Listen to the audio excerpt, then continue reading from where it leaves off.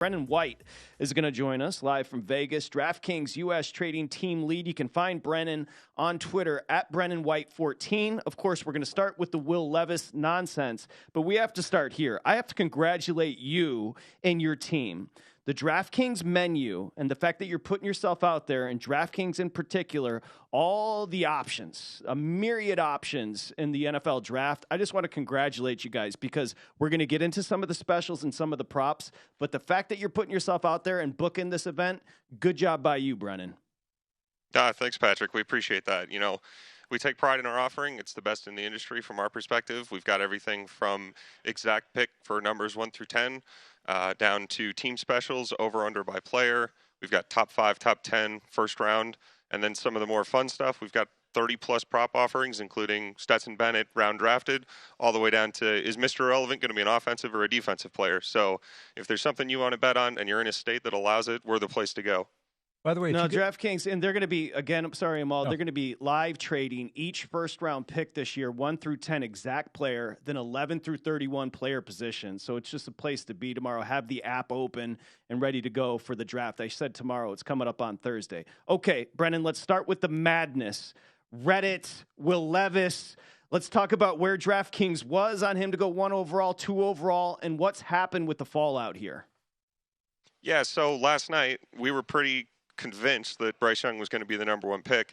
We had Levis, the favorite, to go 2, probably to Houston, although somebody might trade up to grab him there. And then, of course, overnight, there's some rumblings, and then we wake up to a post this morning on Reddit from a random guy who claims that Levis is telling friends and family he's going to go number 1.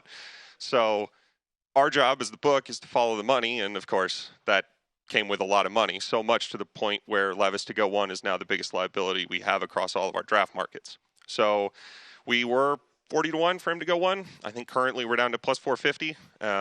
I don't think there's a lot of credibility to this rumor, but my opinion is not our price, so this is where we find ourselves. I think it's a very interesting situation. These draft markets are very volatile, and any potential news tends to come with lots of bets. So you'll see a lot of movement.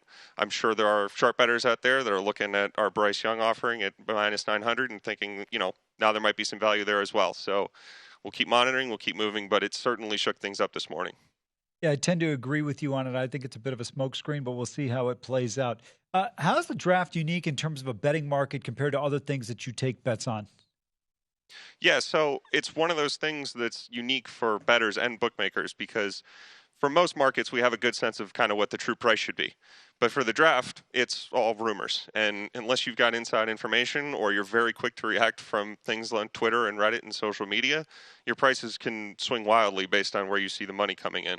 So it is a unique situation where we sort of have opinions on how things are going to work. We've got conditional probabilities for all the different draft picks, but nothing is official until that pick is announced. So you'll see a lot of movement, and I'm sure there are guys who have capitalized on that, right? I'm sure in the last couple months, you could have gotten Richardson, Stroud, Levis, and Young to go first at pretty good prices where you could have locked in a profit by now. And if you're on top of things and you have strong opinions, it's a great opportunity for people to put their money where their mouth is. It's competition. Again, I know I work for DraftKings. I would say nothing if I didn't respect what the hell you guys are doing, Brennan. I give you so much credit for putting your necks out there. A huge menu. You're competing against. I just love it. I love the spirit of it. I love it. Okay, let's go. Dustin just texted me a good question. Let's ask Brennan how the Levis news, impacts their other markets since they have so many offerings. So what's the trickle-down effect with Levis here? Yeah, it's huge. All these markets are correlated, right? So as Levis gets shorter and shorter to go number 1, number 2 is now more up in the air. Obviously, if he does go 1, we're pretty confident that Houston really likes Bryce Young, and they'd probably snatch him up there at 2. And then beyond that, you've got the question of, does Arizona try to take a defensive player at 3, or do they try to trade that pick now that there's a run on quarterbacks? We think Indy was previously looking to take Levis if available, but now if Stroud falls to 4, how do you pass that opportunity up? So it'll be an interesting question come draft night, especially because we will be live trading all those picks. If Levis goes 1, I imagine pretty much everything from 2 to 6 gets rearranged pretty significantly. Brennan, you said live trading. Can you expand upon that a little bit for people who might be unfamiliar with what you're specifically talking about as the draft is going on? Yeah, sure. So once draft night comes around, we'll be offering the top 10 picks for who exactly will be taken with that pick. There are some regulations that require us to not offer picks sort of 3 in advance. So once the Panthers pick is in, picks 2, 3, and 4 will come down, and we'll have 5 through 10 available. But basically, it will allow people who are watching the draft, who are invested in their teams, who have an opinion on where these guys are going to go or fall, to be able to make bets live as the draft is happening.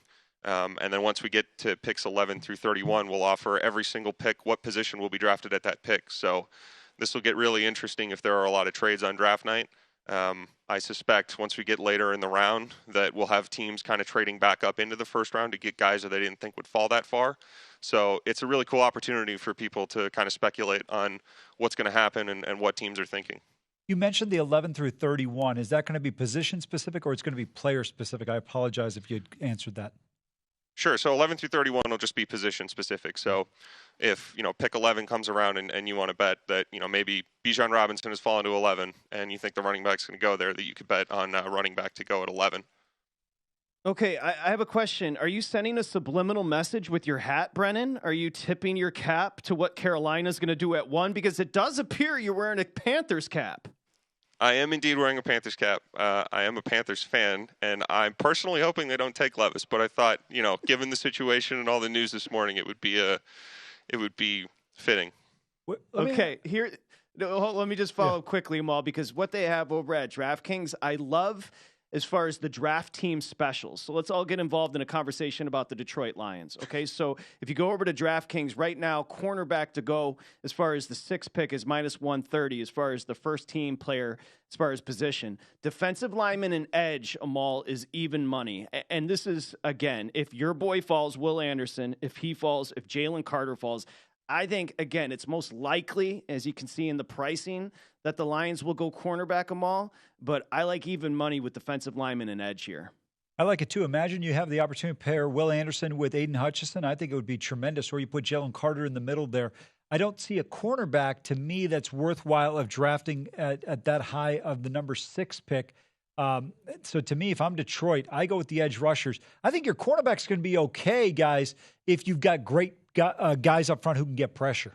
Witherspoon or Gonzalez may go there as far as cornerbacks, but Brennan, talk about the Lions there and also how you put together these team specials. Yeah, absolutely. So the Lions are a really interesting case. We've heard that they really like Witherspoon. I think he's probably towards the top of their draft board, but this will all come down to who falls to them. If Anderson falls down there, maybe somebody like Tyree Wilson, maybe they really like Walker. I think Carter. I think that it'll be interesting come their pick whether they kind of go with the guy who they like with Witherspoon, or if somebody drops and they see the opportunity to improve their defensive line. I think it's been proven kind of that if you have somebody who's a really good edge rusher, somebody who can get to the quarterback, they're probably more valuable than another piece in the secondary. So I think with these team specials, it really comes down to kind of what their team needs are, but then also who's likely to be available at that spot and how willing they might be to transition off their needs to best player available. To me, go ahead, sorry.